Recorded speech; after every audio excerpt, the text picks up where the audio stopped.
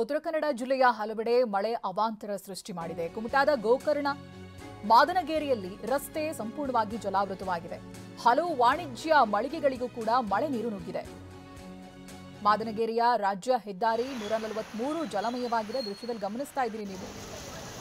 ರಸ್ತೆ ಜಲಾವೃತವಾಗಿದೆ, ಹೀಗಾಗಿ ವಾಹನ ಸವಾರರು ಪರದಾಡ್ತಾ ಇದ್ದಾರೆ. ಉತ್ತರ ಕನ್ನಡ ಜಿಲ್ಲೆಯಲ್ಲಿ ಮಳೆ ತಂದಿರುವಂತಹ ಅವಾಂತರ ಇದು. ರಸ್ತೆ ಮುಳುಗಡೆಯಾಗಿದೆ. ಜೊತೆಗೆ ಅಕ್ಕಪಕ್ಕದ ಮಳಿಗೆಗಳನ್ನು ನೀವು ಗಮನಿಸ್ತಾ ಇದ್ದೀರಿ. ಅಂಗಡಿಗಳಿಗೂ ಕೂಡ ನೀರು ನುಗ್ಗಿದೆ. ಮಾದನಗೇರಿಯ ರಾಜ್ಯ ಹೆದ್ದಾರಿ 143 ಸಂಪೂರ್ಣ ಜಲಮಯವಾಗಿದೆ. ಇನ್ನು ಗೋಡೆ ಕುಸಿದು ಮನೆಯಲ್ಲೇ ತಾಯಿ ಮಗ ಸಿಲುಕಿದ್ದಾರೆ.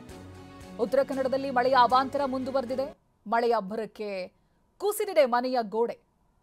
ಕಾರವಾರ ನಗರದ ಕೊಡಿಭಾಗದಲ್ಲಿ ನಡೆದಿರುವಂತಹ ಅವಘಡ ಇದು. ವಿಜಯ ಪಾಲೇಕರ್ ಎಂಬುವರ ಮನೆ ಗೋಡೆ ಕುಸಿತವಾಗಿದೆ. ಮಾನಸಿಕ ಅಸ್ವಸ್ಥ ಮಗನ ಜೊತೆ ಈ ವಿಜಯ ಅವರು ವಾಸವಿರ್ತಾರೆ. ಅದೃಷ್ಟವಶಾತ್ ಕುಸಿದ ಕೋಣೆಯಲ್ಲಿ ಯಾರೂ ಕೂಡ ಇರಲಿಲ್ಲ, ಹಾಗಾಗಿ ಯಾವುದೇ ಪ್ರಾಣಾಪಾಯ ಆಗಿಲ್ಲ.